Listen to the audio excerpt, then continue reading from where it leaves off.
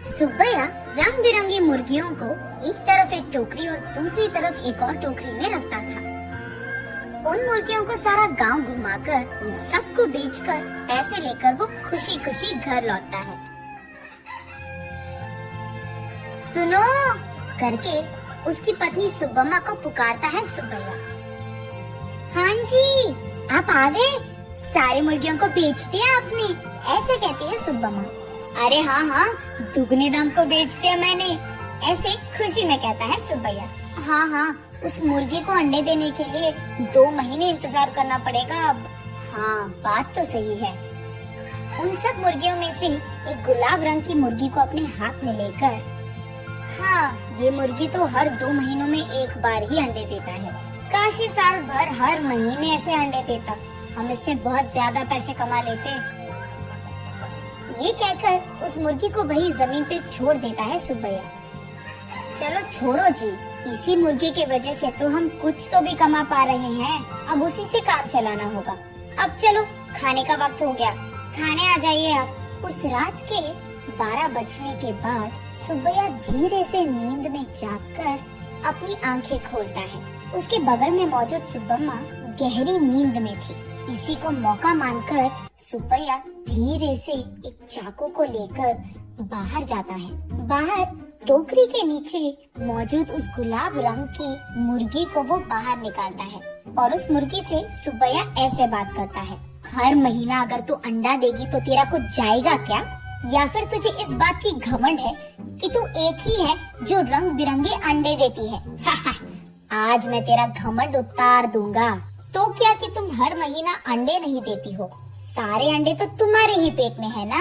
उन सारे अंडों को एक ही साथ बाहर निकालकर मैं उन सबको एक ही बार में बहुत ज्यादा पैसे के लिए बेच दूंगा, देख लेना। ऐसे कहकर जोर से हंसकर उसके चाकू से उस गुलाब रंग की मुर्गी को मार देता है सुब्बैया। लेकिन उसके पेट में देखने पर उसे एक भी अंडा नजर नहीं आता है। हाय भगवान, ऐसे सोचते ही रहता है कि इतनी देर में सुब्बम्मा नींद से जाग उठती है। वहाँ आकर उसके पति के किए को देख, अरे भगवान, ये तूने क्या कर दिया? मैंने सोचा कि सबकी तरह तुम मूर्ख नहीं हो, पर तू तो वही निकला। अरे रे, इतनी अच्छी पैसे देने वाली मुर्गी को तूने जान से मार दिया। अरे रे, सोने की बतख की कहानी कभी सुनी नहीं है क्या तुमने? हाय भगवान, ये मेरे पति ने क्या कर दिया? तुझे लालची बनने की क्या जरूरत थी? ऐसे वो रोती रहती है कि इतने में ए सुनो, क्या कर रही है तू? सुब्बम्मा, सुब्बम्मा उठो, क्या हो गया तुझे? सोते हुए इतनी जोर से चिल्ला रही है, पागल हो गई है क्या? नींद से जागकर सुब्बम्मा परेशान होकर अपने पति की ओर देखती है। उसे कुछ नहीं समझ आता है। वो तुरंत बाहर जाकर टोकरी के नीचे बैठे उस मुर्गी को भी देखती है। वो मुर्गी तो हमेशा की तरह सही सलामत थी। ये देख सुब्बम्मा अंदर आकर, ओह, ये सब सपना था, मैंने तो सच सोच लिया था इसे, ऐसे कहती है सुब्बैया से। क्या सपना, क्या सच की बात कर रही है? आधी रात को मुझे उठा दिया तूने अच्छी नींद से। चल जाओ, सो जाओ अभी, कहता है सुब्बैया। अरे जाइए ना आप भी, मुझे तो बुरा सपना आया कि आपने उस मुर्गी को जान से मार दिया, क्योंकि आप लालची बनकर उसके पेट में मौजूद अंडों को निकालना चाहते हैं। मैं कितनी घबरा गई पता है आपको? मुझे क्या पता था कि वो सपना है, मैंने तो आपको बहुत डांट लिया, ऐसे कहती है। हाँ हाँ, ठीक है ठीक है, वैसे मैं उस मुर्गी को क्यों मार डालूंगा, मैं क्या पागल हूँ? वैसे मुझे तो हमारा अतीत बहुत अच्छी तरह से याद है।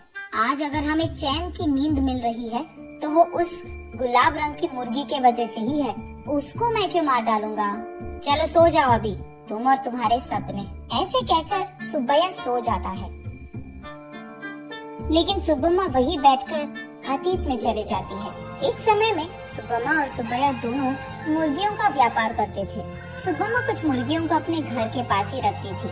उनको खाना देना, उनके अंडों को इकट्ठा करना और उन अंडों को अगल बगल वालों में बेच देना, बड़े हुए मुर्गियों को बिकाव के लिए रख देना और उन मुर्गियों को सुब्बैया का इधर उधर जाकर बेच देना, यही होता था। लेकिन मुर्गियां हर रोज नहीं बिकती थी, कभी कभार तो 10-15 दिनों में एक ही मुर्गी बिकता था। इसी कारण सारा गांव घूम घूम कर थक कर घर आता था सुब्बैया। कभी कभार तो उन मुर्गियों को दाना डालने के लिए भी सुब्बैया और सुब्बम्मा के पास पैसे नहीं थे। तब एक दिन सारा दिन घूमकर थके हारे सुब्बैया उसके घर लौटता है। घर आकर वो बरामदे में बैठता है और उसके बगल में सुब्बम्मा खड़ी रहती है। क्या आज भी एक भी मुर्गी नहीं बिकी? वो ऐसे पूछ ही रही थी कि वहाँ एक साधु आता है। माता, खाने के लिए कुछ दे दो, ऐसे पूछता है। थका हुआ सुब्बैया, ए साधु, हमारे पास ही खाने के लिए कुछ नहीं है, अब तुम्हें क्या दे? अगर चाहिए तुम्हें तो हमारे पास बहुत सारे मुर्गे हैं, एक लेकर जाओ, ऐसे कहता है। तब साधु छोटा सा हंसी एक देकर, मुर्गी का मैं क्या करूँगा बेटा, मैं मांस नहीं खाता हूँ, मेरे पास ही एक मुर्गी है, इसको तुम ही पालो, ये लो।